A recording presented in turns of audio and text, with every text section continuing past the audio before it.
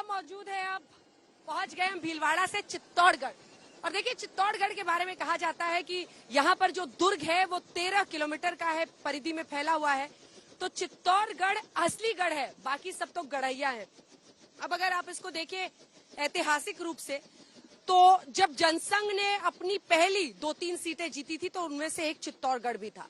लगातार 2 बार से राजस्थान के प्रदेश अध्यक्ष सीपी जोशी यहाँ से जीत रहे हैं।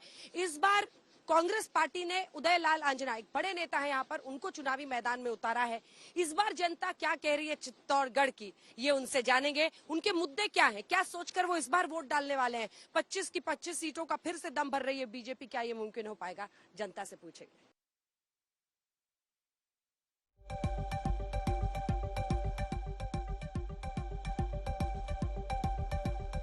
चित्तौड़गढ़ यानी शौर्य की भूमि, ताकत की भूमि, बलिदान की भूमि। ये वो धरती है जिसने भारत की रक्षा में अपनी जान की कुर्बानी दी है। चित्तौड़गढ़ दुर्ग यहीं पर है और ये गढ़ जिसे ये कहते हैं, बाकी सब तो गढ़ैया है हमारे सामने, लेकिन ताकत यहाँ की, बलिदान यहाँ का, शौर्य यहाँ का। दिलचस्प ये भी है कि अगर आप इस सीट को देखें तो बीजेपी ने अपने प्रदेश अध्यक्ष सीपी जोशी को यहाँ पर चुनावी मैदान में उतारा है। तो उदयलाल आंजना जो कि कांग्रेस के बड़े नेता हैं, उनको उनके सामने उतारा गया है। 2 बार से सीपी जोशी बीजेपी अध्यक्ष लगातार जीत रहे हैं। जनता की क्या राय है यहाँ पर, क्या मुद्दे हैं, क्या बातें उन पर हावी है। पहले तो जो पारंपरिक वेशभूषा है यहाँ की एक बार आपको दिखा देते हैं। यहाँ पर महिलाएं, मतलब कहा जाता है दूर से जो रंग आपको दिख जाए, इतना प्यारा और गाढ़ा रंग है यहाँ पर, मिठास का और प्यार का। बातों की शुरुआत करते हैं, महिलाओं से शुरुआत करते हैं। आपके क्या मुद्दे हैं, आपको क्या लग रहा है? हमें यही लग रहा है कि सीपी जोशी जी हमारे मोदी जी के साथ मिलकर चित्तौड़ के लिए बहुत ही अच्छा करने वाले हैं। और महिलाओं के प्रति भी जो 33% जो उन्होंने आरक्षण दिया है, इसके प्रति हम बहुत ही उम्मीद रखते हैं कि हमारे लिए आगे बहुत ही अच्छा होने वाला है। आप लोग बताइए, आप क्या सोच रहे हैं?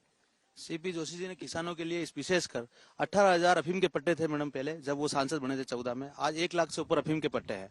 और अफीम के पट्टे पहले कटते थे। लेकिन लाइसेंस कितने अफीम फार्मर्स को है? लगभग 22,000 को है। चित्तौड़ कॉन्स्टिट्यूंसी 32,000 करीब है। 32,000 के करीब। पहले 22 था, 32,000 नहीं, पहले यूं देखे तो 18,000 ऑल इंडिया में थे और अभी 1 लाख ऑल इंडिया में। तो अफीम भी इस पूरे इलाके में अगर आप देखें तो अफीम भी उगाई जाती है और उसमें जो लाइसेंस किसान होते हैं उन्हें ही मिलता है। आप क्या सोच रही हैं? मैं ये सोचती हूँ सीपी जोशी है तो चित्तौड़ बहुत कुछ प्रगति करेगा, बहुत प्रगति करेगा, क्योंकि वो बिल्कुल जमीन से जुड़े हुए व्यक्ति हैं और हर व्यक्ति से उनकी अपनी एक जान पहचान। आप लोग बताइए, आप लोग क्या सोच रहे हैं चुनाव को लेकर? कौन बोलेगा? आप बोलिए। बस हमारा तो यही है कि किसी पार्टी के गुलाम नहीं है। ठीक है, जो पार्टी हिंदुत्व के लिए काम करेगी हम उनके साथ है। और राजपूत हमेशा 36 कौम को साथ लेके चलने वाली कौम है। तो जब अगर आप सबको साथ लेके चल रहे हो तो सभी कौम को एक साथ लेके चलो। और है रही बात विकास की, तो चित्तौड़ दुर्ग को लेके ये है कि जितना विकास होना चाहिए उतना है नहीं, तो उसके लिए अगर सरकार प्रयास करे तो बहुत अच्छा रहेगा। बिल्कुल, राजपूताना शौर्य के लिए इस जगह को जाना जाता है। आप लोग बताइए, आपके मन में क्या मुद्दे हैं, क्या सोच रहे हैं? मन में तो ये मुद्दा है मैडम के यहाँ पे चित्तौड़ में सीपी जी ने चित्तौड़ की जब भी बात आई है, उन्होंने दिल खोल के चित्तौड़ की बात उठाई है। चाहे संसद में हो, चाहे कहीं भी हो सकता है कुछ हमारे राजपूतों की कुछ नाराजगी है, वो गुजरात को लेके है। बाकी सीपी जी से हमारी कोई नाराजगी नहीं है। सीपी जी ने राजपूत समाज के लिए बढ़िया काम किया है। बाकी रूपाला जी ने जो वहाँ पे बयान दिया उसको लेके समाज में थोड़ी बहुत नाराजगी तो है ही है। बिल्कुल। यहाँ पर ये जो महिलाएं अब इनके पास आते हैं, आप लोग बोलिए, आप क्या सोच रहे हैं? आगे आइए।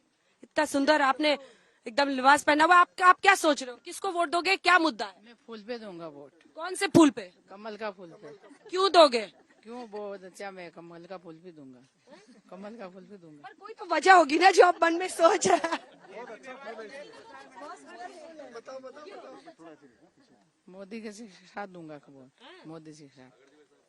मोदी जी के नाम पे दोगे? आप बताओ, आप इधर आओ, इधर आओ। अरे इतना अच्छा आपने,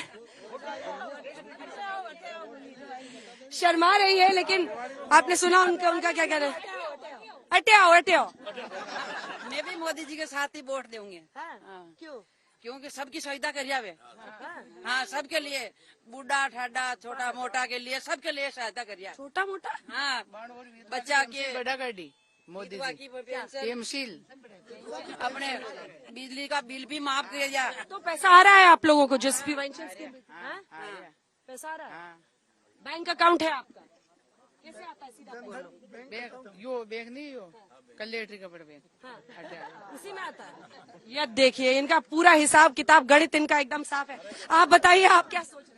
मैडम, सीपी जोशी युवाओं के प्रेरणा स्रोत है और राजनीति का पर्याय है। ऐसा व्यक्तित्व का धनी है जिसे देखकर राजनीति में ऐसे व्यक्ति जब तक जिंदा है हमें हौसला मिलता है। और हमें कहना चाहते हैं कि सीपी जोशी ने पद्मावती का मुद्दा हो, चाहे जयमल जी, चाहे जाला मुन्ना हो, चाहे महाराणा प्रताप का टिकट जारी कराया है, सीपी जोशी जिंदाबाद।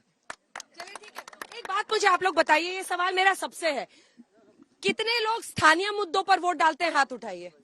और कितने लोग राष्ट्रीय मुद्दों पर वोट उठाते हैं? राष्ट्रीय मुद्दा क्या है आपके लिए? राष्ट्रीय मुद्दा देश की सुरक्षा सबसे पहले। देश की सुरक्षा सबसे पहले। देश है तो हम हैं, सब है। राष्ट्र सर्वोपरि। राष्ट्र सर्वोपरि। राष्ट्र सर्वोपरि। राष्ट्र सर्वोपरि। अब देखिए सबके मुंह से एक ही बात देखा। देश है तो हम हैं, राष्ट्रीय मुद्दे महत्वपूर्ण हैं और सनातन धर्म की जय हो। ये एक सोच है आप बोलिए। कभी हमारा देश सोने की चिड़िया कहलाता था, लेकिन अब ये सोने का शेर कहलाएगा। ये मोदी जी के कारण। मोदी जी ने क्या किया? जाति पाति तो सारी खत्म कर दी। जात पात कांग्रेस ने तो हमेशा जातियों को लड़ाया। हम लोगों को, हिंदू सिख को बिल्कुल अलग कर दिया। हम अलग नहीं थे हिंदू सिख।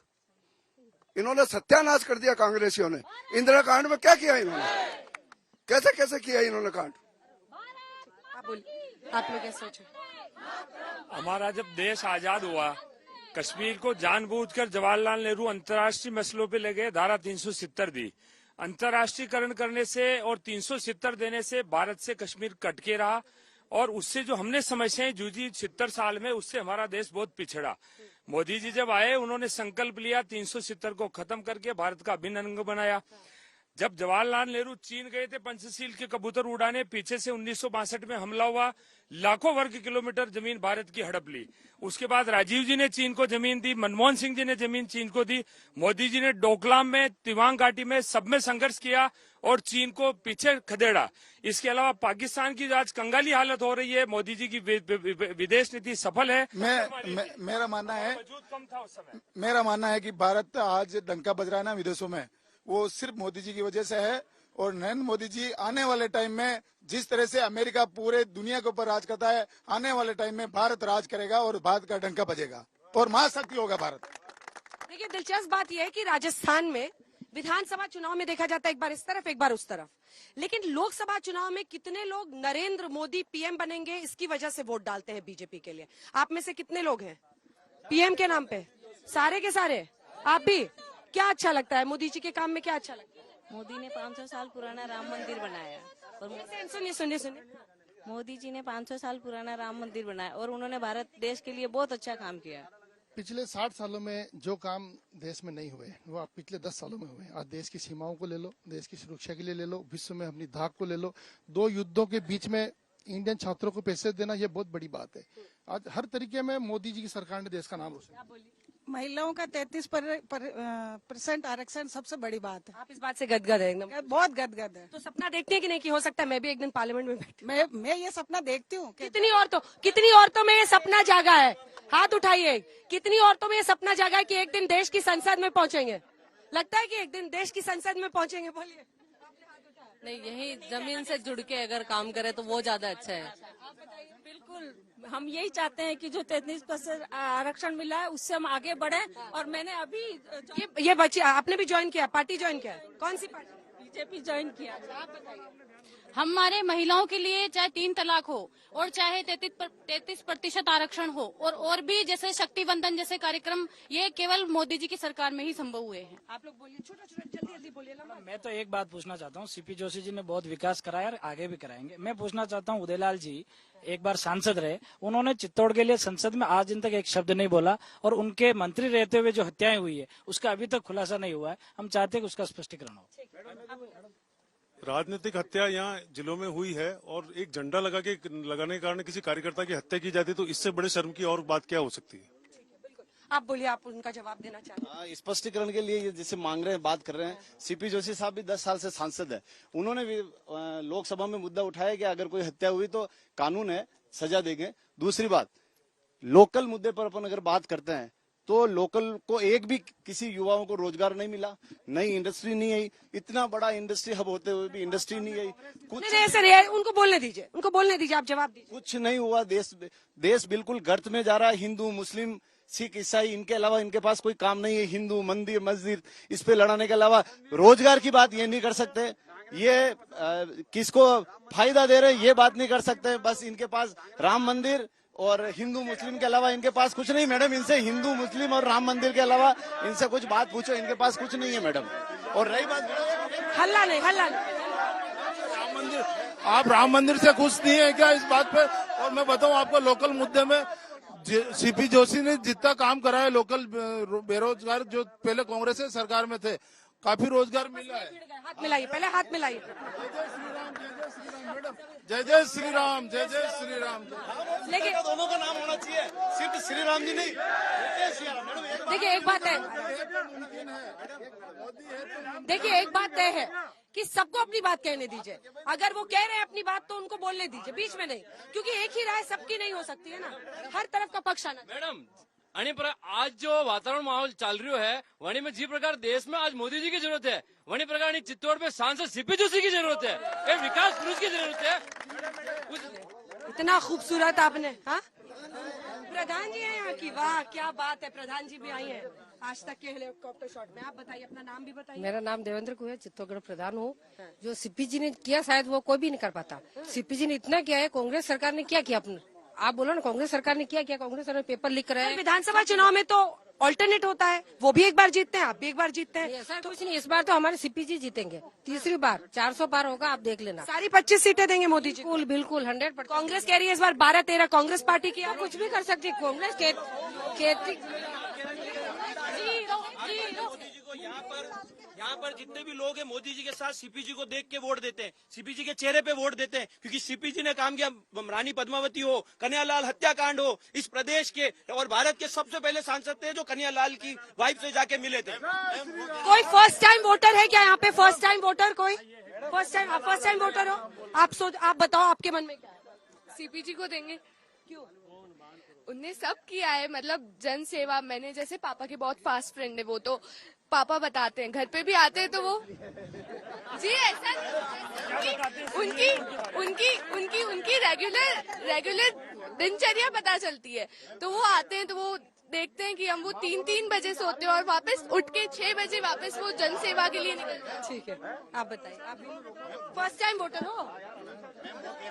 वो कह रहे हैं कि राम मंदिर पे वोट मांगते हैं, आपको समय मिला आप भी बना देते राम मंदिर, आप भी मांग लेते वोट। और वो कहते हैं कि नरेंद्र मोदी के नाम पे वोट मांगते, आप भी मांगो ना राहुल गांधी के नाम पे वोट, हमें कौन मना कर रहा है? क्यों नहीं आ रहे आपके वोट?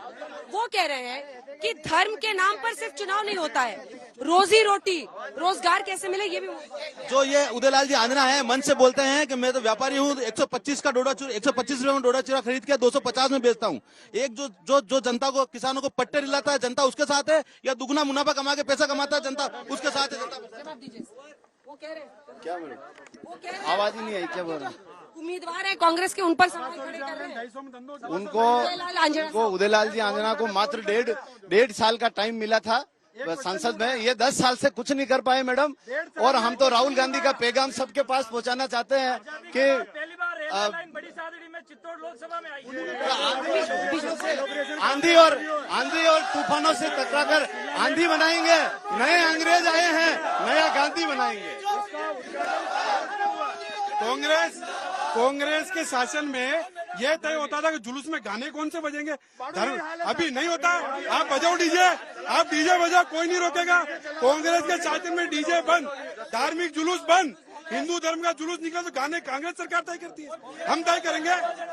इसी के साथ आप सभी का बहुत बहुत धन्यवाद, तालियों के साथ। आज चित्तौड़ की अंदर का बहुत बहुत धन्यवाद। अब यहाँ से हम निकल रहे हैं सीधा उदयपुर के लिए। उदयपुर की जनता रात 8 बजे पूरी टीम का यहाँ चित्तौड़ की धरती पे बहुत बहुत धन्यवाद।